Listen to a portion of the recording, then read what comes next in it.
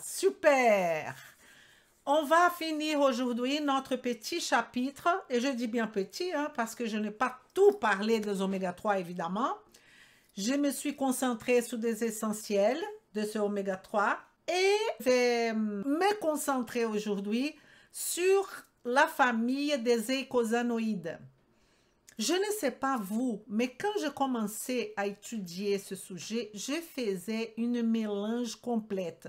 Je ne comprenais pas trop ces histoires de LOX, COX, eicosanoïdes, acides gras essentiels, acides gras oméga 3, oméga 6, d'un coup c'est anti-inflammatoire, dans un autre moment tout le monde dit que c'est inflammatoire.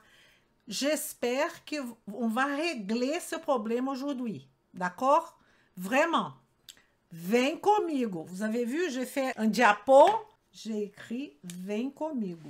Donc, on va parler d'oméga 3, passage obligatoire dans la nutrition fonctionnelle.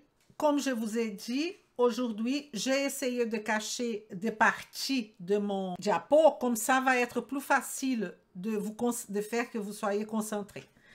Alors, je ne peux pas oublier de me présenter. Je suis Elisa Marceau, chirurgien dentiste, naturopathe et spécialisée en nutrition fonctionnelle.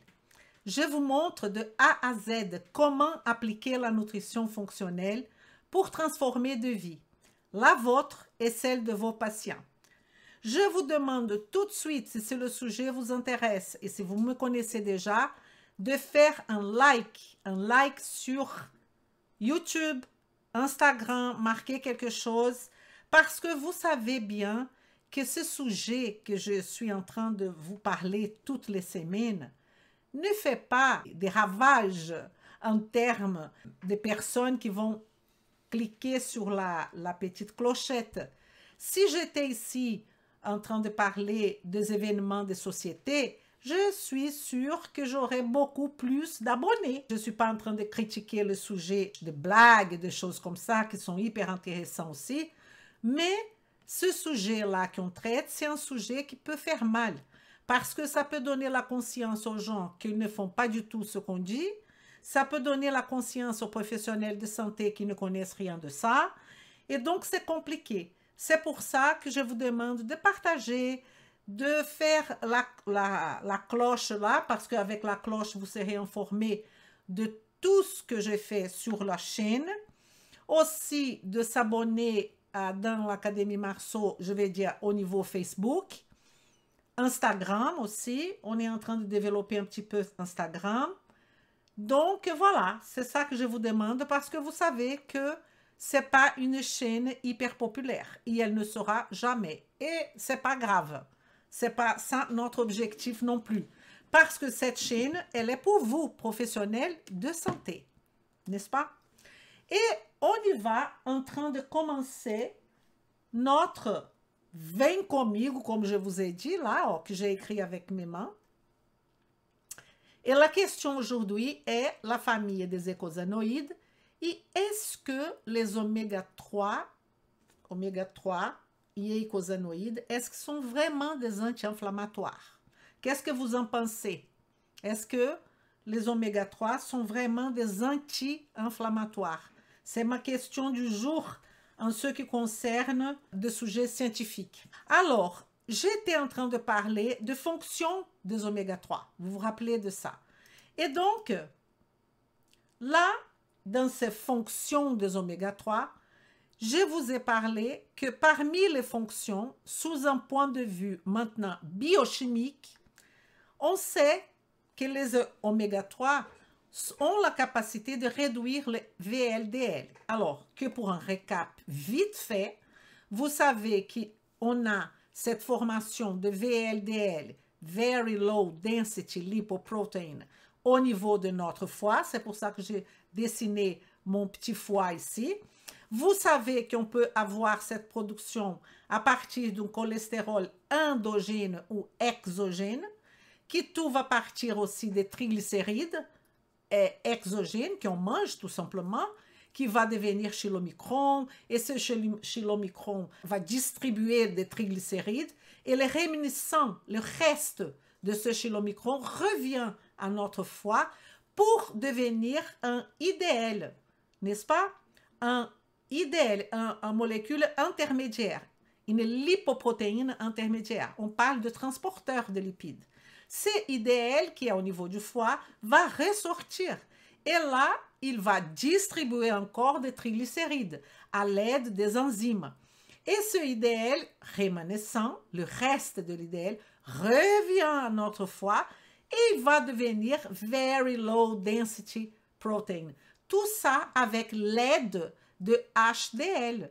L'HDL, c'est notre bibliothèque qui va emprunter quelques molécules, ApoC2, ApoE, etc., va emprunter cette bibliothèque à nos molécules pour qu'elles puissent vider tous ces triglycérides dans les cellules. Donc, on est en train de commencer avec triglycérides, beaucoup de triglycérides, et on va finir avec un VLDL avec très peu de triglycérides et une concentration de cholestérol beaucoup plus importante, n'est-ce pas? Et là, notre VLDL, vous savez que si on a une inflammation, cette molécule de VLDL, elle va pénétrer dans les parois de notre endothélium. Alors, pourquoi elle va pénétrer? Parce qu'on a une inflammation. Donc, le VLDL, il va pénétrer dans notre vaisseau sanguin et il va oxyder. Alors, le problème est le cholestérol? Non. Le problème est l'oxydation qui est le problème, causé par une inflammation. Et donc, on va voir ce LDL oxydé, et là on parle de LDL oxydé. Les macrophages vont venir, vont phagocyter et vont devenir des cellules spumeuses. Ces cellules spumeuses, vous savez que notre système immunitaire réagit avec une inflammation locale et ces vaisseaux sanguins vont devenir raides, athéroscléreux. On va former artérioscléreux et on va former un athérome. On va former notre athérome qui peut boucher nos artères. Et c'est là qu'on va voir de conséquences comme, par exemple, un infarctus du myocarde. Ça dépend de la localisation de ce thrombus. OK. Qu'est-ce qui va faire, mon chéri, mais oméga 3? L'oméga 3, il va diminuer la concentration de VLDL si en excès. On est bon. Comment? Il augmente l'absorption des acides gras. Je vous avais dit que les tissus, on libère les acides gras. Tac, tac. Ça va augmenter l'absorption des acides gras par les tissus. On va augmenter la bêta-oxydation au niveau des cellules cardiaques, des adipocytes et des cellules musculaires. Bêta-oxydation, production de ATP. On est bon? Et donc, c'est intéressant, c'est la lipolyse. On aura aussi la diminution d'interléukine 2. L'interléukine 2, qu'est-ce que c'est? C'est une cytokine qui est un facteur de croissance de lymphocytes T. Lymphocyte T. Et il y aura une diminution inflammatoire, ok? Diminution pas inflammatoire, une diminution de l'interléukine 2, qui est une cytokine inflammatoire, pour être bien précis. Et qu'est-ce que c'est le PKC? L'oméga 3, il aide à la modulation du PKC, protéine kinase C. C'est un type de kinase. Qu'est-ce que c'est une kinase? Kinase est une enzyme qui va phosphoryler d'autres molécules en train de activer ou de inhiber ces molécules pour produire un effet biologique. Et les PKC, elles sont impliquées, la protéine kinase C, elle est impliquée dans différentes fonctions physiologiques de notre corps. Exemple, activation de plaquettes. activation des plaquettes, on peut penser à thrombus. Donc, elle va moduler la PKC, la présence d'oméga 3. L'oméga 3, elle module la signalisation, le processus de signalisation. Et les oméga 3 vont moduler toute cette situation-là. Il y a aussi, tout ça, c'est pour le fait qu'on réduit le VLDL. Vous comprenez? L'oméga 3 réduit le VLDL. OK. Il augmente l'absorption des acides gras, il augmente la bêta-oxydation, il diminue l'interleukine 2, il va participer de la stabilisation du canal de sodium en diminuant l'arythmie si elle est présente. OK? Ça, je vous donne 5 fonctions comme ça parce qu'il y en a beaucoup. Mais ce que je voudrais vous parler, c'est de cette fonction-là. Elle réduit la rigidité membranaire. En fait, il s'agit d'un mécanisme général de cholestérol. Quand on dit réduire la rigidité membranaire, et là je parle des oméga 3, mais les cholestérols et les acides, les huiles, les acides gras qu'on mange, ont cette capacité de travailler dans la rigidité membranaire. Parce que ce qu'on cherche, c'est la fluidité membranaire et pas la rigidité membranaire. Vous comprenez? Donc, ça va réduire la rigidité. Et là, je vous ai mis en couleur, là, une représentation, là, une représentation de protéines. On peut avoir des protéines intramembranaires, des protéines transmembranaires. Ici, il y aura des récepteurs de toutes sortes. Il y aura des récepteurs couplés à la protéine G. Enfin, sont des protéines, des protéines, des protéines. Ici, la constitution de notre membrane phospholipidique avec une partie qu'on appelle hydrophobe et une partie hydrophile. Vous connaissez tout ça. Et on a la fonction des oméga 3 associée ici. On aurait par exemple une molécule de cholestérol qui est infiltrée là au milieu. Pourquoi? Parce que ça va donner de la fluidité membranaire. Et je pensais que je pouvais vous donner une expérience de penser à la membrane, à cette membrane cellulaire-là. Pensez aux membranes cellulaires de toutes les cellules de votre corps. Et je voudrais faire cette association. Et je voudrais que vous imaginez, ça c'est une métaphore, on va imaginer la membrane cellulaire comme un océan, l'océan. Imaginez que la membrane cellulaire, c'est comme l'océan. Et la surface de l'océan est la surface de la membrane cellulaire. La surface de l'océan est la surface de la membrane cellulaire. Donc, même, on va imaginer à la membrane cellulaire comme l'océan. L'océan a une surface. La membrane cellulaire a aussi une surface. Donc, la surface de l'océan comme la surface de la membrane cellulaire. Et je voudrais vous montrer l'océan maintenant. Regardez. Voici l'océan. Vous voyez l'océan? Il y a plein de bateaux dans cet océan, différents types de bateaux. Ce que je voudrais associer à l'image, c'est que tous ces bateaux-là sont ces protéines que vous voyez là. Donc, ici, on a la membrane qui c'est l'océan. Ici, c'est l'océan. Ici, on a les protéines et ici sont les protéines représentées par le bateau. C'est pour ça que j'ai mis orange, c'est cette protéine orange. Le vert, c'est cette protéine verte. Que pour représenter, que vous puissiez comprendre et bien visualiser cette membrane. Donc là, tous les ronds que j'ai fait là sont les protéines. D'accord? Et vous voyez que les protéines, ça veut dire le bateau, peuvent être des molécules de signalisation. Les bateaux, ils se communiquent les uns avec les autres. Ils se communiquent avec la tour. C'est quoi la tour? La tour qui communique avec le bateau. Le noyau de la cellule. Vous voyez? Et donc, j'adore cette association parce que, en fait, le bateau, là, vont fonctionner, la membrane cellulaire, elle va être comme un radeau. J'ai appris ce mot, ça fait pas longtemps. Comme un radeau où tous les bateaux, toutes les molécules, toutes les protéines flottent dessus.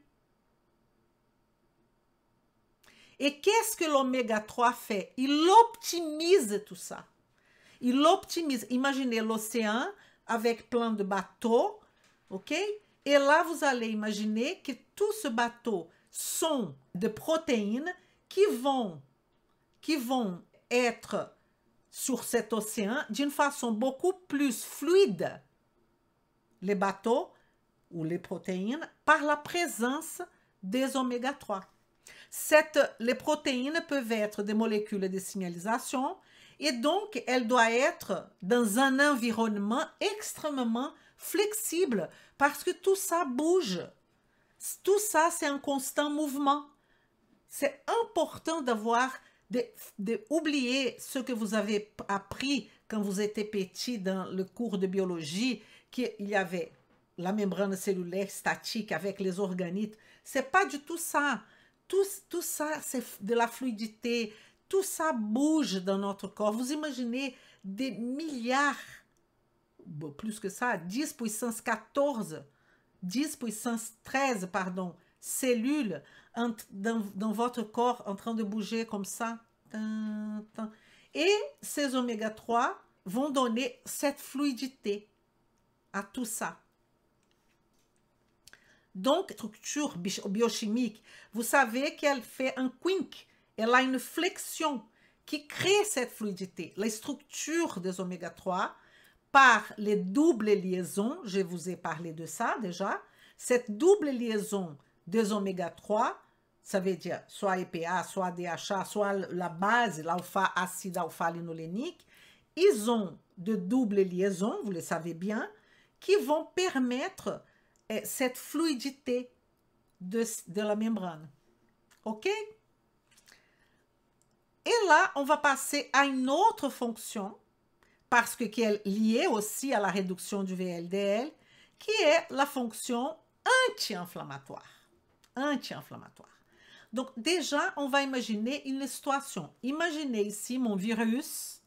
Hello!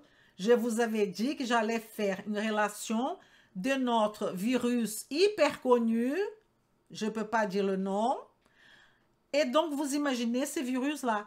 Et vous imaginez aussi des bactéries, soit des virus ou des bactéries. Et quand ils vont interagir avec notre cellule, avec la cellule aura les gènes du facteur nucléaire NF-κB, vous voyez là, NF-κB, un facteur de transcription, qui va faire quoi? Il va activer les noyaux à exprimer des cytokines, la augmentation des cytokines inflammatoires, comme l'interleuquine 6, comme TNF-alpha, comme l'interleuquine 2, que je viens de vous parler, interleuquine 1, etc. Et donc, on aura une augmentation de l'inflammation. J'ai mis comme exemple qui est cette cellule que je suis en train de parler. Les macrophages, une cellule qui est une cellule qui fait partie de l'immunité par excellence, n'est-ce pas?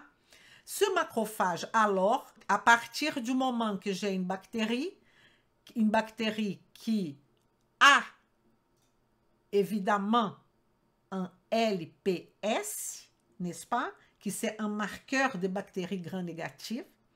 Elle va faire comme que mon Toll-like receptor 4, qui est un récepteur de LPS, dit il y a un truc qui ne va pas. Et donc, on va stimuler NF-κB, qui est un facteur de transcription cytosolique, au niveau du cytosol, qui va jusqu'au noyau et qui va activer ce noyau à exprimer les cytokines que je viens de vous dire. Et là, on aura une augmentation de l'inflammation. Qu'est-ce que je suis en train de vous expliquer? Rien de anti-inflammatoire. Au contraire, je suis en train de vous dire qu'on aura une explosion inflammatoire. Je suis en train de vous dire que on aura une explosion selon chaque agresseur. On peut avoir une marée de cytokines inflammatoires, que c'est le cas de notre virus au présent moment. mais ça peut être aussi par des bactéries et par d'autres micro-organismes, n'est-ce pas? Laila, pharmacienne, bienvenue Laila. Et donc maintenant, qu'est-ce qu'on va faire? On va introduire dans notre alimentation, qu'on a déjà fait, nos oméga 3, d'accord? Qu'est-ce que ces oméga 3 vont faire? Les oméga 3, ils vont, regardez, là-haut, hop, là, attendez, là, ils vont empêcher l'expression ou diminuer l'expression de NF-kappa-B. Ils vont pas permettre l'action de NF-kappa-B pour libérer ces cytokines inflammatoires. Quand je dis ça, oméga 3 va diminuer l'expression de NF-kappa-B. Donc, on n'aura pas cette explosion des cytokines. Attention, je n'ai pas dit qu'il n'y aura pas d'inflammation. Je dis qu'on aura une diminution de la cytokine inflammatoire, une diminution de l'inflammation. Et comment vont agir ces oméga 3? Les oméga 3 dans les macrophages et dans les cellules dendritiques. Alors, je vous pose la question. Quelle est la fonction des macrophages et cellules dendritiques? Et je vais inclure une autre, lymphocyte B. Qu'est-ce que c'est?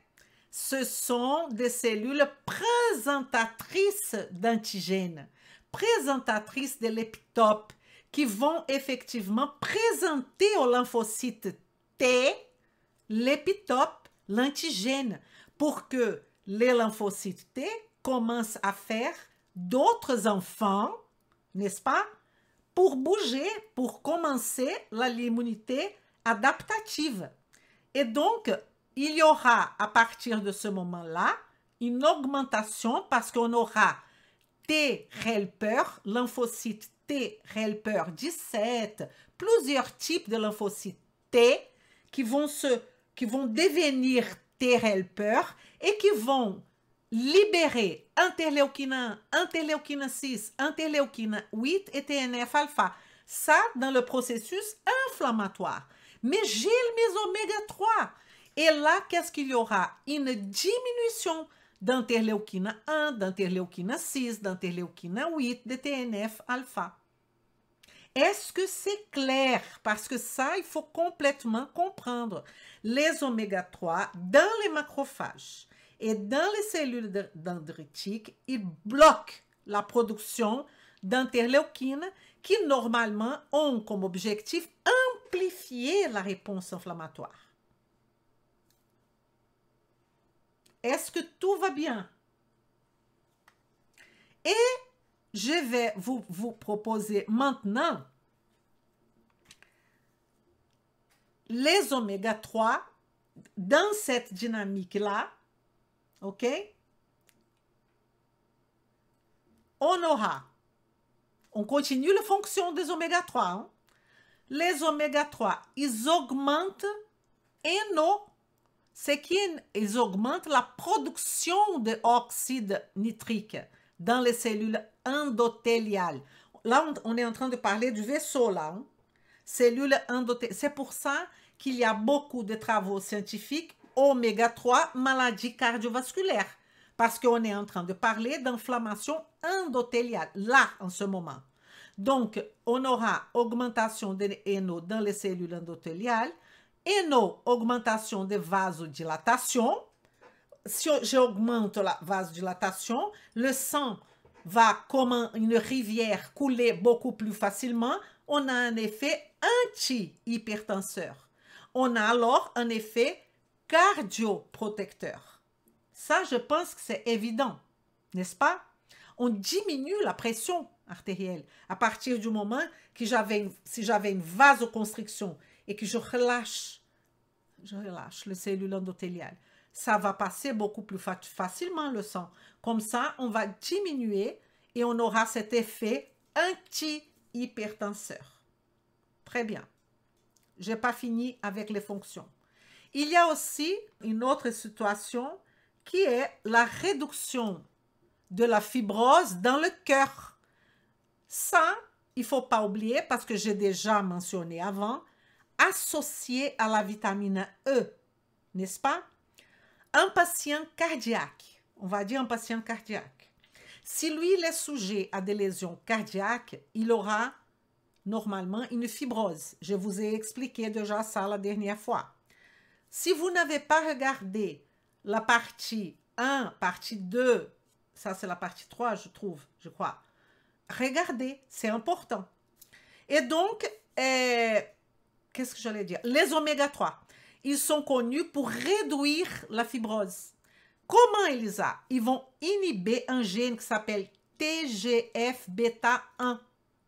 TGA, il est là. Alors, l'oméga 3 bloque le gène TGF-bêta 1. Donc, est-ce que vous vous rendez compte qu'on est en train de travailler génétiquement? Génétiquement, ok? Ça s'appelle le facteur de croissance bêta 1, qui est un polypeptide de la famille d'une famille qui s'appelle facteur, attendez, facteur, en français, c'est facteur de croissance transformant bêta des cytokines, je crois que c'est ça. Mais enfin. Et donc, il va bloquer ce TGF, ok? Pour éviter la fibrose. Ou pour faire une fibrose moins importante. Alors, oméga 3. Il y a aussi les oméga 3 qui vont contribuer à l'amélioration de la résistance à l'insuline. Et là, attention, ce n'est pas en train de donner un oméga 3 à votre client qui va baisser la résistance à l'insuline. Il y a dans la nutrition fonctionnelle un ensemble d'actions qui va diminuer cette résistance à l'insuline, évidemment. Je suis en train de parler des actions des oméga 3. Pourquoi on valorise les oméga 3? Parce qu'ils contribuent, ils font partie de nos actions. C'est pas, je donne des oméga 3. C'est pas du tout ça que je suis en train de vous expliquer. Et j'espère que vous avez compris. Ici, j'ai mon GLUT4. Qu'est-ce qui fait le GLUT4? Le GLUT4, normalement, c'est une molécule qui sera au milieu de la cellule, pas où elle est là. Et il y aura une translocation qu'elle va partir du milieu de la cellule à partir du moment que j'ai l'insuline qui vient. L'insuline va effectivement rentrer comme une molécule qui va stimuler les récepteurs couplés à protéine G, qui va déclencher des réponses biologiques qui vont stimuler ces GLUT4 aller jusqu'à la membrane pour laisser le glucose rentrer. Et si le glucose va rentrer, je suis en train de faire quoi? De diminuer l'insulinorésistance. Et si je suis en train de réduire l'insulinorésistance, je suis en train de réduire l'inflammation. OK? Et les oméga 3, ils sont là. Ils vont activer ce GLUT4. Ce GLUT4, il peut être activé par l'aide de l'insuline, mais pas que. Par exemple, la voie qu'on appelle AMPK, qui c'est la voie de l'activité physique, elle va, sans utilisation de l'insuline, activer la translocation de GLUT4 jusqu'à la membrane pour permettre aussi l'entrée du glucose. Regardons maintenant ces eicosanoïdes. Alors, déjà, ces eicosanoïdes sont découverts, ils ont été découvertes parce que c'est les molécules. Dans les années 30, dans les spermes humains, écoutez bien, eicosanoïdes. Il y a aussi la nomenclature icosanoïde avec un I. Pas EI, mais I. Eicosi, 20 carbone. Donc, tous les eicosanoïdes, sans exception, ont 20 carbone. Très bien. Ils sont instables. Ils durent très, très peu dans notre corps. Ils ont une demi-vie très petite. Décomposée en moins d'1 minute. Alors, la question, cette durée de vie est très courte. Pourquoi? Parce qu'ils sont dégradés rapidement par des enzymes extracellulaires. Exemple, la lipocortine est une protéine qui est sécrétée par les leucocytes qui va inhiber, ça c'est pas une enzyme, mais un exemple d'une molécule qui va inhiber la synthèse des eicosanoïdes. Donc, il y a deux choses. Il y a des protéines sécrétées par les leucocytes, comme la lipocortine, qui va inhiber la synthèse des eicosanoïdes. Et il y a aussi les enzymes extracellulaires qui vont dégrader ces eicosanoïdes très vite. Ils sont de médiateurs locaux. Ah, ça c'est intéressant. Médiateurs locaux, paracrine. Donc, ils ne passent pas forcément par le sang. Donc, on a l'habitude de dire que les eicosanoïdes, ils sont appelés hormones locales. Hormones locales. Car, comme les hormones, ils vont remplir leurs fonctions à très faible concentration. C'est pour cela. Et ils ont cette action à côté. Mais parfois, ce n'est pas une hormone. C'est un faux hormone. Il ne passe pas forcément par le sang. Donc, alors, là, c'est la partie intéressante. Est-ce que vous comprenez pourquoi je suis en train de parler des eicosanoïdes? Parce que j'ai introduit le sujet sans vous expliquer beaucoup, mais ça va venir pour ceux qui ne connaissent pas. Eicosanoïdes, pour l'instant, sont de molécules de 20 carbone qui se forment, sont très instables, elles vont se former, elles vont avoir leur action, une action importante, mais à faible concentration, et elles seront dégradées. Chaque cellule produit un type différent d'écosanoïdes. Moi, j'ai pris du temps à comprendre ça. Je ne sais pas vous, mais j'ai pris du temps.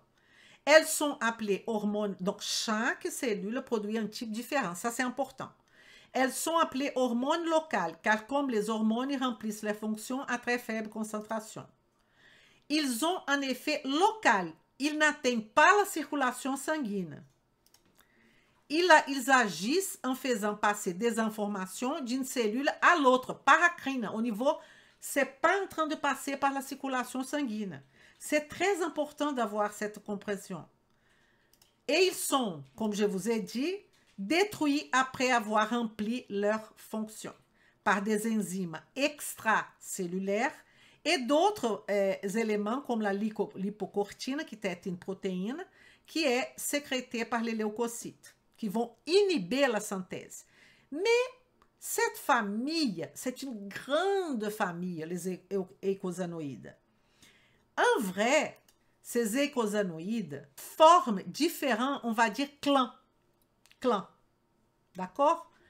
Des groupes moléculaires, chacun avec des missions différentes et avec des localisations différentes.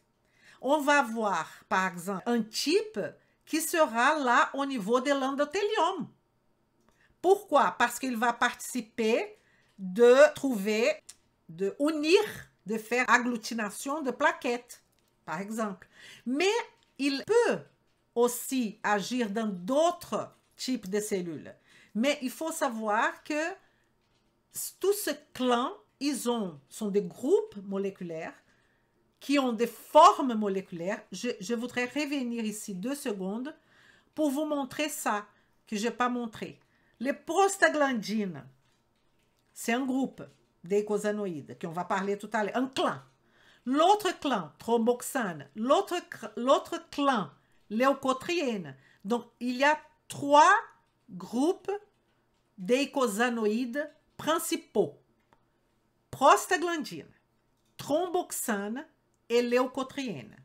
Alors, qu'est-ce que j'allais vous dire d'important? Ah, je voudrais vous dire que si vous regardez les structures moléculaires, là, de cette prostaglandine, ici, il y a 20 carbones, il y a toujours la présence de l'acide carboxylique. Oh, COOH, COOH, COOH. Vous voyez que les structures, c'est un peu similaire de prostaglandine, thromboxane et leucotriène. Mais, Il y a, si vous regardez la prostaglandine et thromboxane, ils vont avoir des cycles. Cycle, c'est un carbone. Vous voyez là, ça c'est un cycle fermé de carbone. C'est fermé là. Ici, c'est un cycle fermé aussi. Il y a ici un cycle saturé. Pourquoi que je dis ça? Parce qu'il n'y a pas de double liaison entre les carbones. Il y a aussi un autre cycle ici, aussi saturé. Il n'y a pas de double liaison. Vous comprenez bien que chaque ligne représente un carbone qui se lie à un autre carbone, qui se lie à un autre carbone. On est d'accord? La même chose ici. Donc, on a dans les prostaglandines et thromboxane des cycles, ok? Est-ce que c'est clair pour vous? Saturés et hétérocycles. Il y a un mélange de cycles fermés avec cycles ouverts. En revanche, les leucotriènes, il n'y a pas de cycle fermé. Vous voyez? Il n'y a pas. Il n'y a pas de cycle. Il y a tout simplement, les leucotriènes, ils sont linéaires. Ils sont ouverts du début à la fin. Plutôt du début à la fin. Du début à la fin. OK? Ça, c'est la différence en termes de structure. Mais tous ont cette présence de l'acide carboxylique. Vous voyez bien que c'est une chaîne de carbone et hydrogène avec l'acide carboxylique. Caractéristique de qui? De lipides. On est d'accord? Ça, c'est pour vous prouver que ce sont des lipides. D'accord? On a quelques régions hydrophiles. Présence d'oxygène là. Ça, c'est une région hydrophile là. Mais essentiellement hydrophobe. Essentiellement hydrophobe. Prostaglandine, thromboxane, leucotriène. Donc, je suis en train de vous parler de ce 3-là. De ce 3. Prostaglandine, thromboxane, leucotriène. Et la question de ce eicosanoïde, alors, c'est qu'ils proviennent des acides gras essentiels qu'on a parlé la dernière fois, qui sont synthétisés dans la membrane cellulaire de presque toutes les cellules du corps, à part les globules rouges. OK?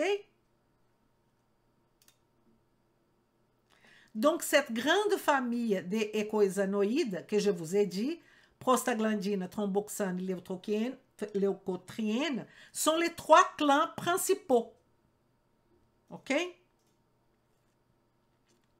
Les noms prostaglandine, c'est parce que ils pensaient que cette molécule provenait de la prostate parce qu'elle était découverte dans la prostate. Et donc, ils ont donné le nom de prostaglandine. OK? Mais, en fait, elle provient de la vésicule séminale au niveau de prostate. Les leucotriènes, parce qu'ils étaient trouvés dans un premier moment dans les leucocytes ou les globules blancs. Donc, ils ont appelé leucotriènes. Et thromboxane, ils sont appelés comme ça parce qu'ils ont été initialement trouvés au niveau de plaquettes ou thrombocytes. OK? Dans les plaquettes ou les thrombocytes, cellules thrombocytaires. OK? Très bien, Zara. Super. Donc, thromboxane, prostaglandine, leucotriène et lipoxine. Attendez, parce qu'il y a un petit groupe spécial qui est le groupe de prostacycline, qui parfois on parle pas trop. Pourquoi? Parce qu'il est un type de prostaglandine, ok? Que je ne vais pas parler beaucoup aujourd'hui. Mais c'est un type, s'appelle prostaglandine I2. Donc, c'est un eicosanoïde synthétisé par les cellules endothéliales qui vont inhiber l'agrégation I2, vont inhiber l'agrégation des plaquettes et ils vont stimuler la vasodilatation. Donc, prostacycline, c'est très intéressant. Ils vont inhiber l'agrégation des plaquettes et ils vont stimuler la vasodilatation. Attendez. Vous voyez la couleur orange? thromboxane, tous les thromboxanes et tous les prostaglandines ont action d'une enzyme ou d'un groupe d'enzymes qui s'appelle COX. OK? Et le leucotriène ont action de la LOX, que je vais vous présenter dans quelques minutes. OK? Cyclooxygénase et lipoxygénase. Mais d'où va venir tout ça, ces groupes? Ah, pardon. Thromboxane, prostaglandine, la prostacycline, les leucotriènes et tout ça, l'hypoxine, vont faire partie d'un groupe qui s'appelle prostanoïdes, qui sont dans la famille des eicosanoïdes. Tout le monde avant carbone. Tout le monde ne sont pas des hormones, mais sont des petites hormones locales à cause de petits dosages très faibles, vont faire un effet biologique, sont spécifiques de chaque des cellules. C'est pas tout le monde a. Il y a des cellules qui ont plus, d'autres cellules qui ont moins, ça, selon les types. Et vont avoir des effets. Et notre question du jour était, est-ce que les oméga 3 sont vraiment anti-inflammatoires? On ne va pas perdre ça de vue. Et on va commencer par la source. La source qui va, l'élément mobilisateur, l'élément qui va faire bouger tout ça, qui est l'acide arachidonique. Attendez, vous allez voir. On parle pour l'instant d'acide arachidonique. Cet acide arachidonique, il a 20 carbones, vous vous rappelez? Il aura une élongase qui va agir pour augmenter le nombre de carbone. OK. Donc, il est un mobilisateur des eicosanoïdes. Il est stocké dans les membranes cellulaires. La membrane là que je vous ai montré. Et il agit, j'adore dire ça, comme un commissaire des incendies. Lorsque l'irritation frappe par une bactérie, par un virus, par une toxine, n'importe, il entre en scène et déclenche une cascade de transformations biochimiques. Je parle de l'acide arachidonique.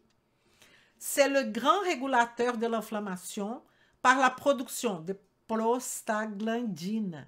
Son excès est un indice d'inflammation. On commence par ça. Donc, il y a une production d'acide arachidonique. D'où vient la base de cet acide arachidonique? De l'acide linoléique, qui est, on a déjà expliqué tout ça, qui est un acide gras pour nous essentiel. On a besoin d'oméga 6? Oui. On a besoin des oméga 3? Oui. Mais qu'est-ce qu'on sait? On sait que les oméga 6 sont inflammatoires, effectivement. Mais vous savez, je ne vais pas expliquer aujourd'hui, mais je ne vais pas vous mentir. Il y a une voie de l'acide arachidonique qui sort et qui peut devenir, qui peut être moins inflammatoire. Mais on ne va pas mélanger tout. Donc, cet acide arachidonique va produire des thromboxanes, des prostaglandines, des leucotriènes qui ont une action inflammatoire. Mais de l'autre côté, on a les oméga 3 avec notre acide, notre base, notre matière première, l'acide alpha-linolénique, qui est aussi un acide gras essentiel, mais qui va aussi produire des thromboxanes, des prostaglandines et des leucotriènes. Et là, vous allez me dire, mais maintenant, je ne comprends plus rien. Vous me dites, Elisa, qu'il y a comme base les acides arachidoniques qui produisent des thromboxanes, prostaglandines, leucotriènes. Tout à fait. Et vous me dites qu'il y a aussi l'acide alpha-linolénique qui produit des thromboxanes, des prostaglandines. Oui. Prostacycline, effet opposé au thromboxane? Non.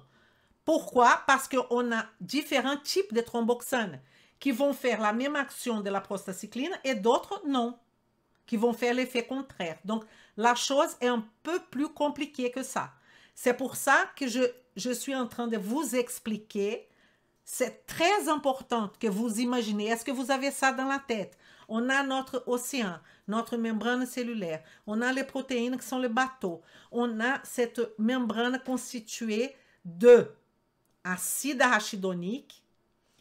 Ça veut dire qui est venu de mes oméga 6 que j'ai mangé.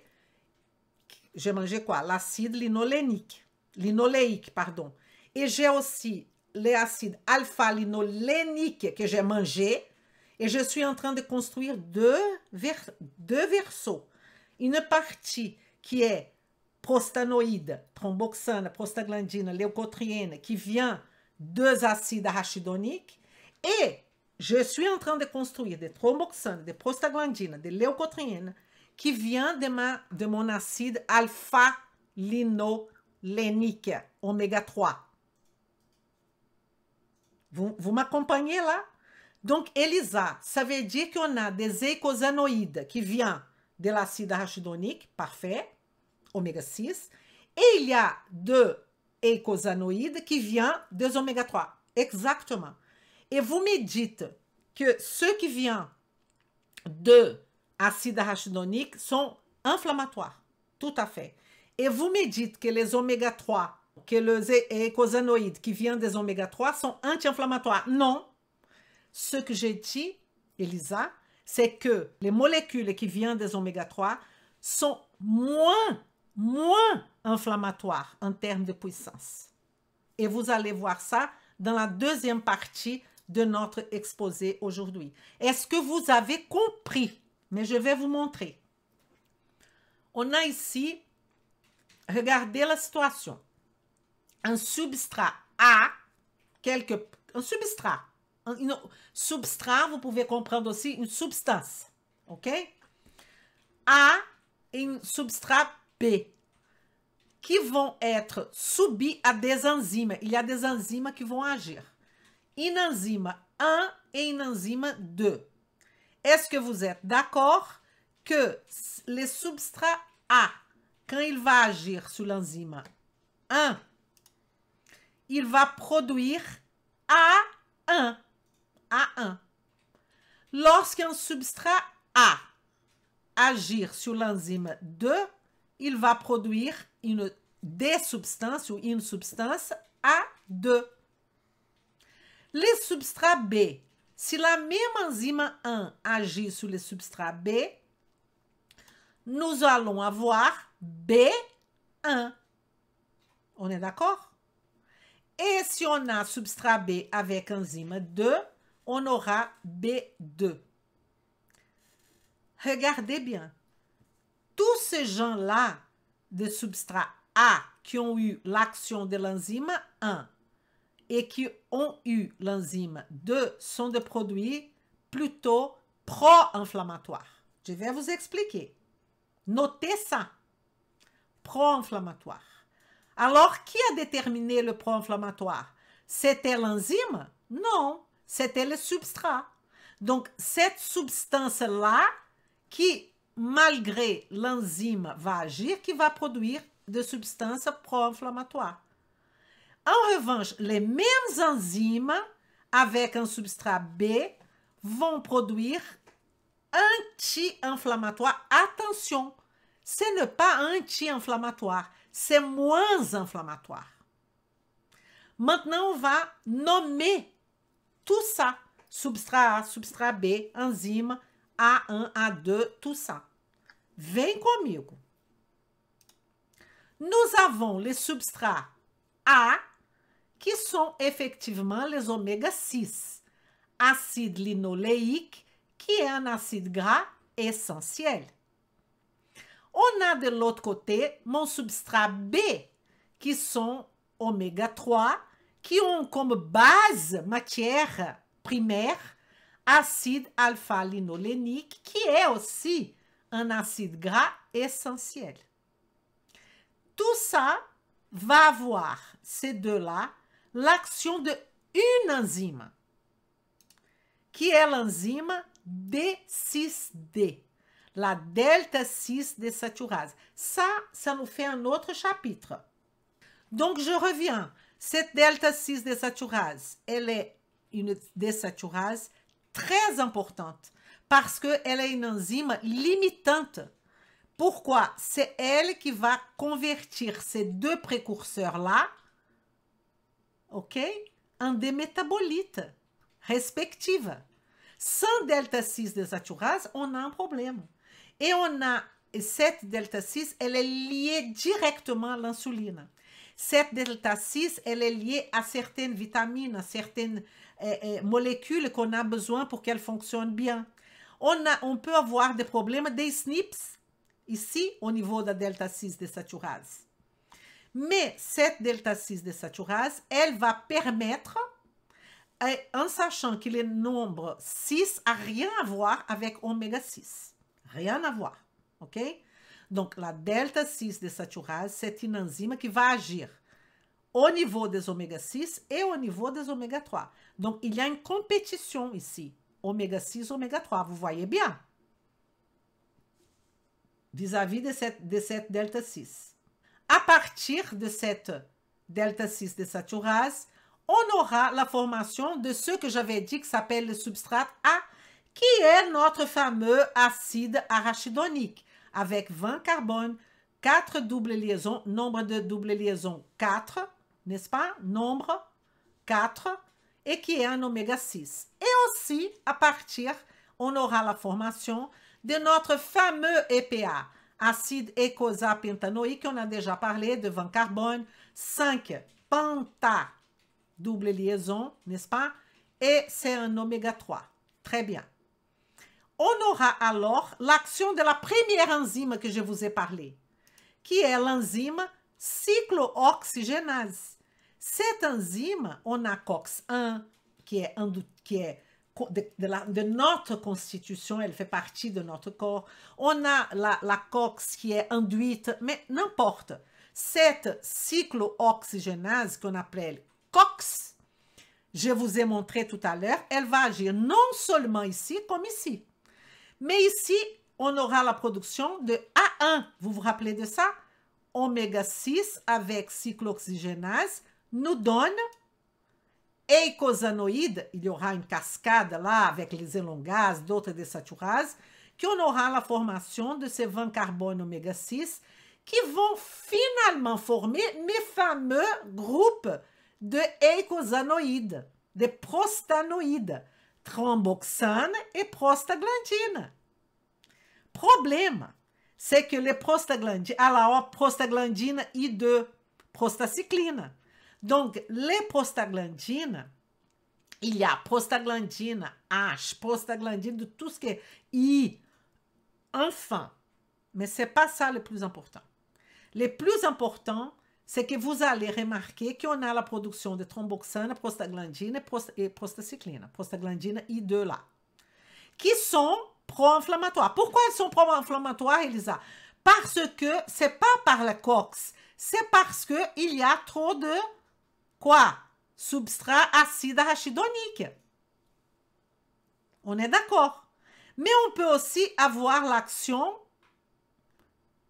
de l'autre côté de la même cyclooxygénase. Et qu'est-ce qu'on va avoir là? On va voir la formation de B1, thromboxane B1, pardon, c'est pas écrit, je sais pas pour. Production de substance B1, thromboxane A3, prostaglandine E3, prostaglandine I3. Vous voyez? Qui vont avoir moins inflammatoire. Je pense que tout est bon, là. Tout est à l'action de cette cyclooxygénase. Qu'est-ce qui fait la différence? C'est si c'est la base un acide arachidonique, oméga 6, ou si c'est à la base un acide EPA, ou alpha-linolénique à la base, oméga 3. Faites attention à ça, parce que ça va vous éclaircir tout dans votre vie. Et de l'autre côté, on va voir l'enzyme 2 qu'on avait parlé, la lipox, qui va me donner l'icotriène. Donc, Elisa, ça veut dire que thromboxane et prostaglandine, c'est qu'avec la cyclooxygénase, exactement. Et l'icotriène, c'est avec la lipoxygénase. Oui, mais de deux côtés. Côté oméga 6 et aussi côté oméga 3. Vous remarquez bien que là, on a 2, 4, 4. De ce côté-là, on a tout ce qui est pair. Donc, toute la production des eicosanoïdes pair, c'est pro-inflammatoire. Et toute la production de eicosanoïdes impair, c'est moins inflammatoire. Ce n'est pas anti-inflammatoire, c'est moins inflammatoire. Et alors, j'ai ici, je vous ai parlé de la membrane plasmique, de l'océan, avec plusieurs types de protéines. Je vous ai parlé qu'ici, il y a nos acides gras. C'est là. Notre cholestérol, tout est là. Et on va partir de cette notion que j'ai mangé beaucoup d'oméga 6. Et ces oméga 6, alors, je vais vous montrer maintenant seulement le côté inflammatoire. Ça veut dire, je vais vous étudier avec vous qu'est-ce que se passe quand on a comme base l'acide linoléique, qui est un acide gras essentiel, qui a été transformé par notre corps en acide arachidonique en utilisant la delta 6 désaturase et qui va former tous ces eicosanoïdes pro-inflammatoires. Ça veut dire, Elisa, que tout ce que vous allez me montrer ici, il n'y a que de pair. Tout à fait, parce que je suis en train de montrer que d'un côté. Et vous comprenez aussi comment on est lié à l'alimentation. Parce que si je dis qu'il là, c'est un acide gras essentiel, mon Dieu, je suis en train de vous parler d'alimentation. Alimentation fonctionnelle. Et là, j'ai ma membrane, l'acide arachidonique. Regardez. Acide arachidonique, il est là. Mon acide arachidonique. Hop, il est là. Il sera libéré, cet acide arachidonique, par des phospholipides membranaires, par une, vous voyez là, plat 2. C'est quoi ça? C'est une phospholipase. C'est une enzyme qui va libérer cet acide arachidonique, qui s'appelle phospholipase A2 cytosolique. Ça veut dire qu'ici, c'est ma membrane. Pardon, ici, c'est ma membrane. Donc, ici, c'est la cellule. Ici, c'est la cellule. Je suis avec ce plat 2 déjà au niveau du cytosol de cette cellule. Et ici, c'est la membrane. Donc, cet acide arachidonique, il était là. Et il a été libéré, cet acide arachidonique, dans le cytosol par cette enzyme qui est dans le cytosol. Et là, si j'ai l'action de la COX, enzyme cyclooxygénase, là, vous m'accompagnez les deux choses en même temps. Mais je suis en train de parler de ce côté-là. Qu'est-ce que j'aurai alors? J'aurai la formation de prostaglandine G2. Vous voyez la prostaglandine là que je vous avais dit qu'il y a l'acide. Regardez. Prostaglandine G2 qui par l'action soit de COX-1 ou de COX-2, il y aura la formation de prostaglandine H2. C'est comme ça que ça fonctionne. Vous voyez, regardez cette molécule, le dessin, et regardez celle-là. COX-1 et COX-2, les enzymes ont agi et on a transformé cette molécule qui était comme ça, elle va devenir comme ça. Vous voyez là la différence là? Mais on a toujours la présence de COOH.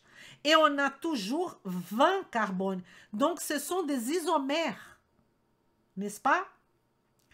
Et ce PGH2, par l'action de thromboxane synthase, prostaglandine E synthase, prostaglandine, tous ces synthases-là sont des enzymes. Nous allons former tout ce prostaglandine-là, tous les roses-là, qui sont complètement pro-inflammatoires. Et chacune va avoir un effet biologique dans notre corps. Exemple, la prostaglandine A2, celle-ci, celle-ci, ok? Vous voyez, elle était comme ça. Vous voyez que les structures, elle est presque la même. Regardez, il y a très peu de différence. On aura cette thromboxane A2. Qu'est-ce qu'elle va faire? Elle va, elle va participer de l'agrégation, elle va participer de la vasoconstriction. Mais en fait, elle va augmenter le risque cardiovasculaire. Parce que, comme je vous ai dit, elle est une thromboxane paire. Donc, elle va synthétiser dans les plaquettes, plus elle va empirer la situation si elle est en excès. Synthétisé dans les plaquettes. Risque cardiovasculaire, augmentation de l'agrégation, augmentation de la vasoconstriction. C'est une molécule PER. Donc, elle est pro-inflammatoire. Et donc, sans lire, sans savoir, vous savez que tous ces prostaglandines PER auront une action pro-inflammatoire. On est d'accord? Vous allez m'accompagner maintenant de ce côté-là. Ce côté-là, j'ai... Pardon. Aïe, aïe, aïe. Qu'est-ce que je veux? Je veux là. J'ai l'action maintenant, pas de la COX, mais action de la LOX. 12-15 lipoxygénase. Une enzyme LOX. Donc, c'est une enzyme bleue là. Qu'est-ce qui va faire la bleue? La bleue, si je pars de l'acide arachidonique, je suis dans ce côté-là. On est d'accord? Elle va se transformer, soit la 12-15 LOX va fonctionner, soit non. Elle va, je vais doucement. Elle va produire, pardon, elle va produire, c'est quoi ça? La 12 acide 12 hydroxyeicosatétraénoïque et la 15 hydroxyeicosatétraénoïde. On dit et, ok? H-et. Donc, elle va produire cette molécule-là qui, par l'action, pardon, donc, elle produit cette molécule-là. De l'autre côté, qu'est-ce que nous avons? Nous avons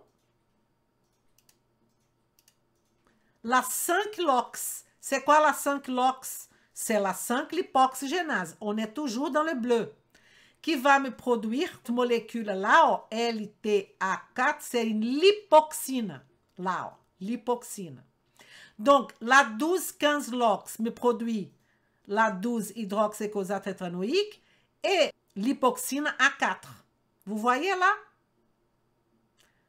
Ça, c'est quelle différence de chiffres? On est toujours dans le bleu. Et la 7,5 LOX, elle peut agir aussi ici et tout le monde va former à la fin, c'est LTA4. LTA4, je répète, l'hypoxine, qui vont au travers de ce deux enzymes-là produire tout ça. Regardez, tout ça. Tout ça, c'est quoi? Sont des lycotriènes. B4 lycotriène, C4 lycotriène, D4 lycotriène, E4. Hein, Elisa, vous voulez dire alors que la lipoxygénase produit que des lycotriènes? Exactement, comme je vous ai dit. Sauf que là, ça va produire que des lycotriènes pro-inflammatoires. Exemple, la LT lycotriène B4 provoque l'activation des leucocytes sur l'endothélium. Leucocytes, immunité, inflammation. OK? Vous avez compris? Quelle merveille! Donc, je suis en train de vous expliquer ça en détail. Pourquoi?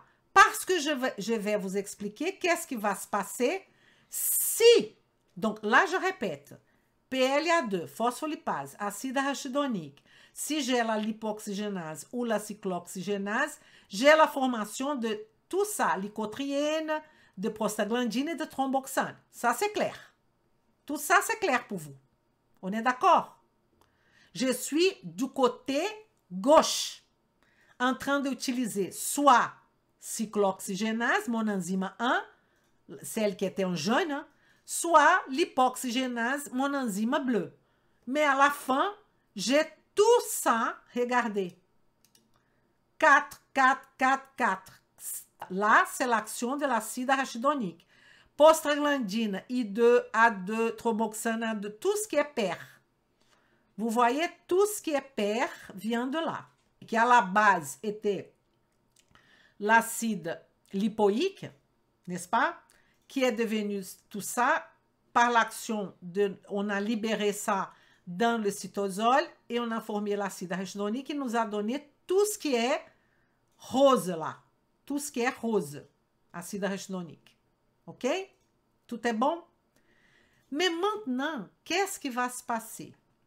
Lorsque vous avez la présence des oméga 3, écoutez-moi, qu'est-ce qui va se faire? Lorsque vous avez des oméga 3, EPA par exemple, DHA, OK? Au lieu d'avoir l'acide arachidonique, pourquoi? Parce que l'oméga 3 va causer un déplacement de cet acide arachidonique. Vous avez compris? Est-ce que vous avez compris ça? L'acide, les oméga 3, lorsque l'acide arachidonique sera remplacé par les oméga 3 dans la membrane cellulaire. L'ensemble de la voie produit des produits moins puissants. Ça veut dire que ces oméga 3-là vont produire EPA et DHA, et là, il a donné les EPA, vont produire quoi? Tout ce qui est qui est impair, LTB5, lycotriène 5. Pourquoi lycotriène? Parce que ça vient de l'ox. Mais un LOX que la base n'était plus l'acide arachidonique. La base était les oméga 3. Donc, ça va nous donner, EPA et DHA va nous donner tout ce qui est non-pair, impair, et qui a une action, hop, je vais vous montrer, attendez. Tout ça, il y a une action moins puissante. Les EPA vont diminuer la puissance de l'inflammation. Et ça, c'est le principal de tout ce que je vous ai donné en termes de oméga 3. C'est qu'on aura la substitution de PGI2, extrêmement pro-inflammatoire, pour PGI3, qui est beaucoup moins inflammatoire.